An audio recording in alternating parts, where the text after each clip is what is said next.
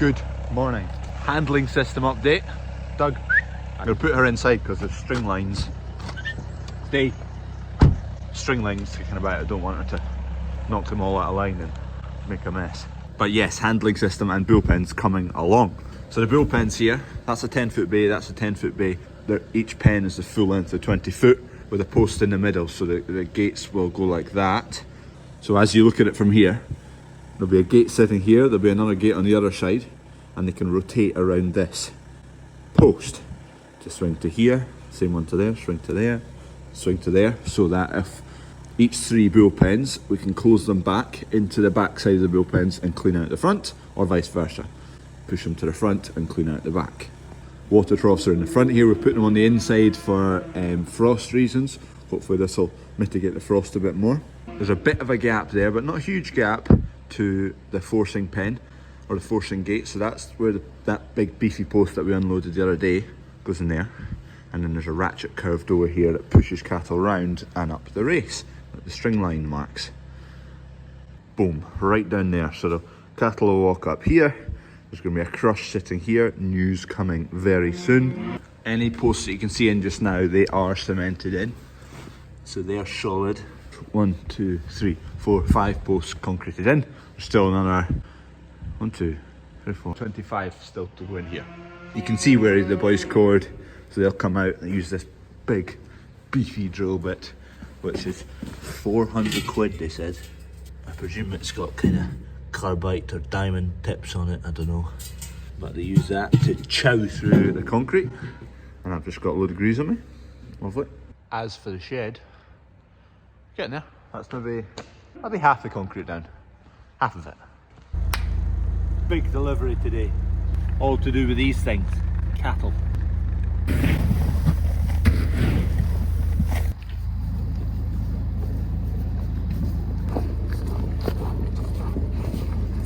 The new cow shed. There is one very important piece of the jigsaw left.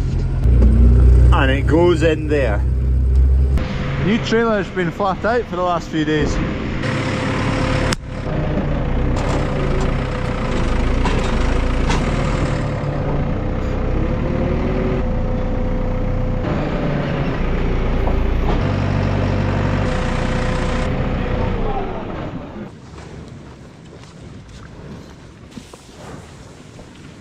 Coos fed. Need to go and dress some spuds now. Dad and Kev have just started.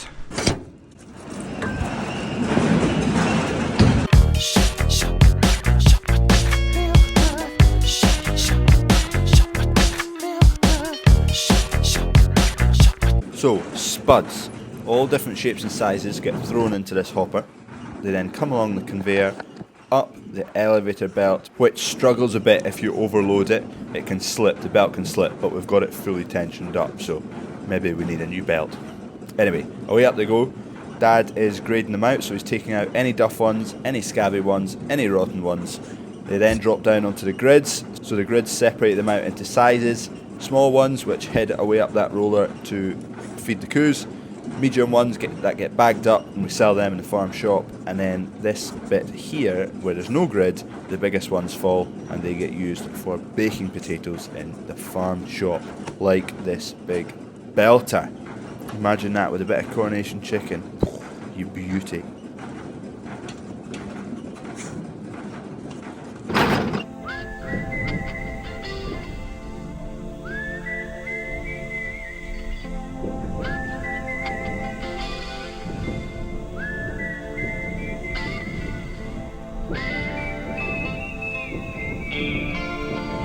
And then the dogs get 1 or 2 as well. Sit. Sit. I don't know what you technically call this, but it seals bags with a wire. But this one keeps giving bother. Inside of it, it's got helical grooves, I'll show you, with 2 wee ball bearings. Try not to lose them, that's the tricky bit. There's a helical float there, and those ball bearings follow the helical groove. There's one under my finger on the other side as well, but I don't want to lose it. And as I pull this plastic handle, which is connected to that thread obviously, the ball bearings follow that groove all the way up to the top of the shaft inside. following that groove, that helical groove, it causes this hook to rotate. But these ball bearings keep causing ball bearing and keep jumping out of position. So we've got another one of these. I'll just go and fetch it because it's a lot better. I think there's another one in here. There we go. And it's a lot better. It's so much older, but it's a lot better. When you wind up with a nice sealed bag like that. That looks like one of those sheep with the horns. What do you call them?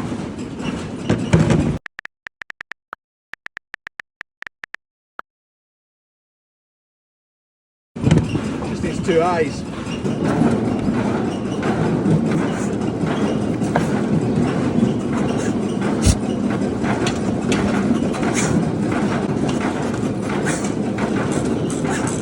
Delivery is on the way.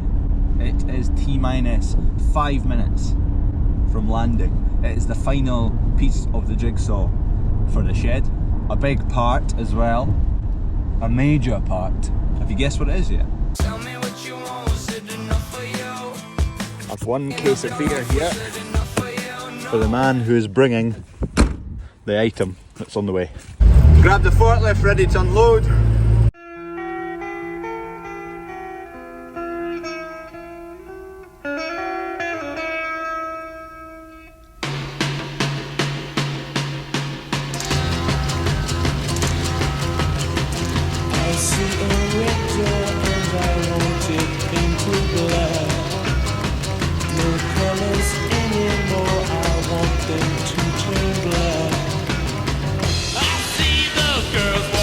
There she is, beauty, a Tapari Lenta Mark III.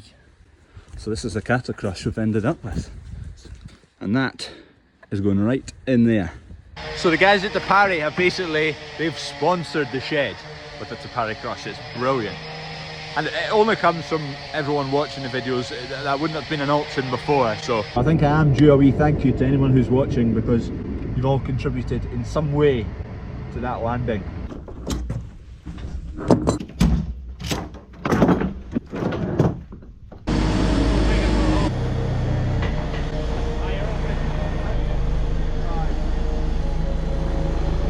Right, we're almost there. I'm just trying to shunt it in there. That's the goal anyway, without scratching and damaging it. Although it's built like a horse.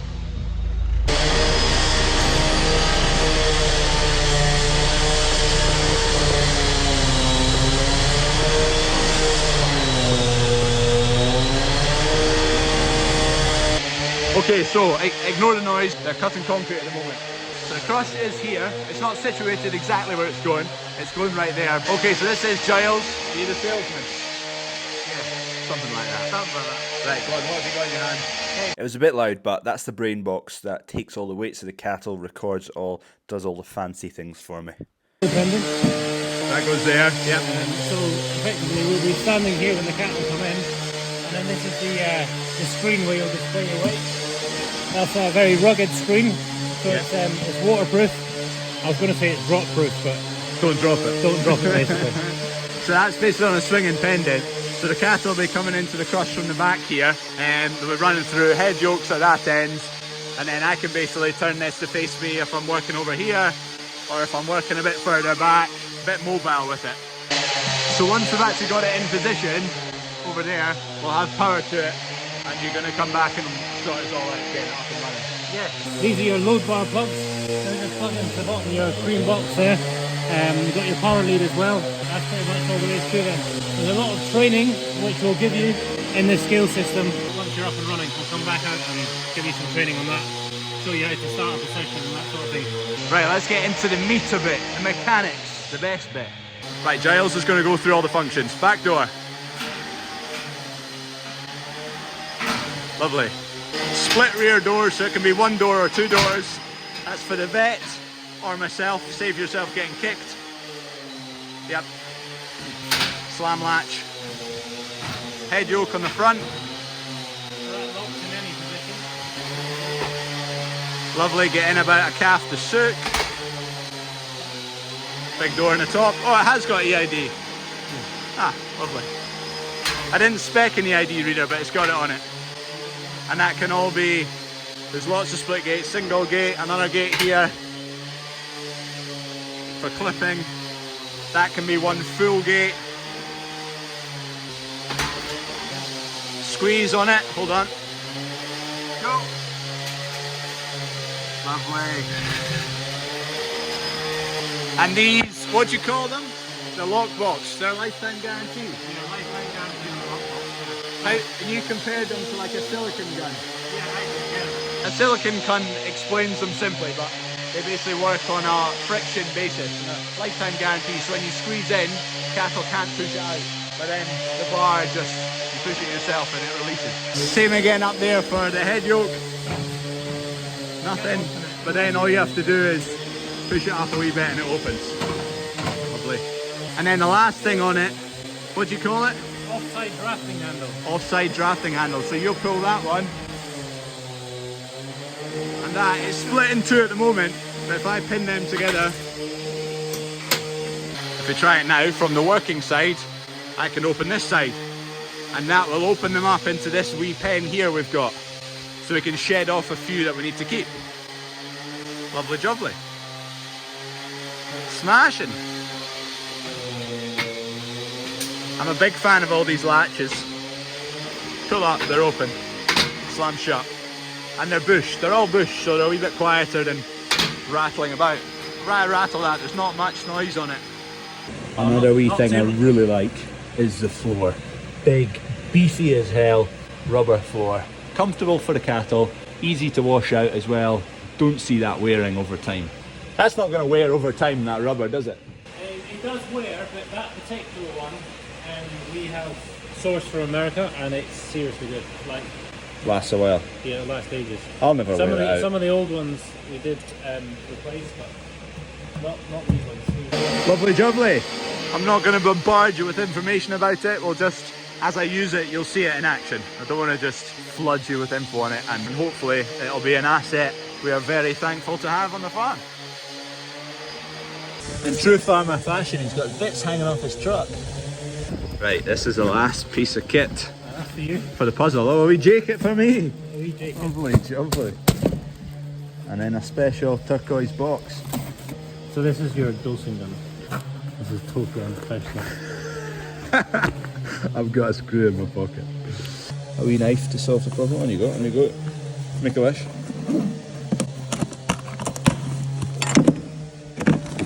Voila. There you go.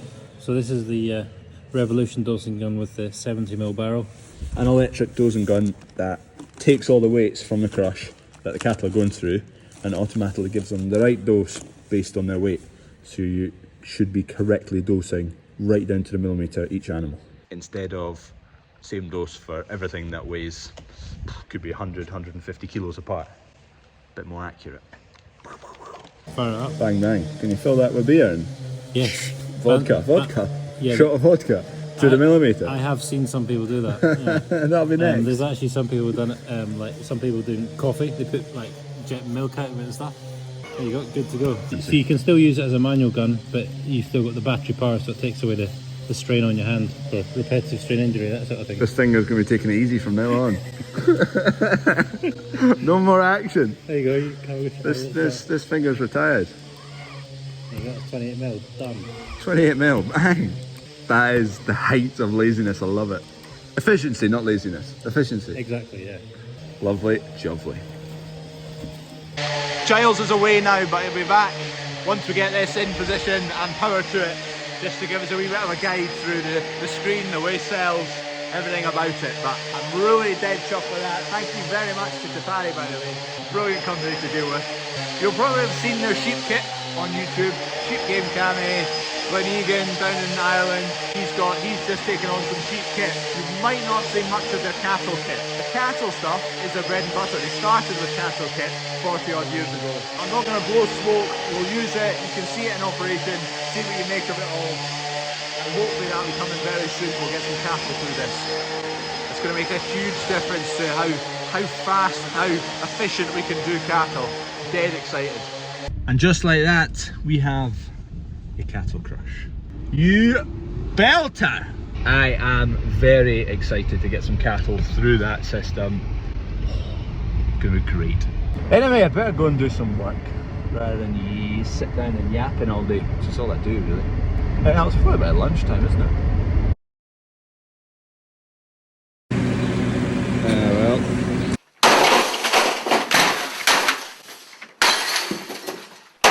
Just as well, we didn't quite sell all of them. You can see what happens. Dad missed the pallet. Hit the bottles. Anyway. Currently they will be fine, but I'll need to give them all a wash because there'll be bits of glass lying about here and everywhere, so I need to give them all a wash down.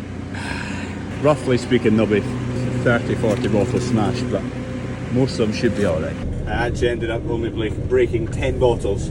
There's a lot of knackered labels, but I kept a few cases for myself, so they'll be mine. Don't worry, we'll still get your stocks out to you. On the bright side, I've got evidence of Dad breaking something and not me for once, which is good. That's the silver linings. I didn't get a great video of it because Dad was quite annoyed at himself. Didn't want to stick a camera in his face. Anyway, it could have been a lot worse. 10 bottles, I'll cope with. Kev's back in with the plough. Quite wet today, so he's needing to change points anyway. Stone grape is still standing, no cracks. Happy days. Plough is actually just put on knock-off points for the first time.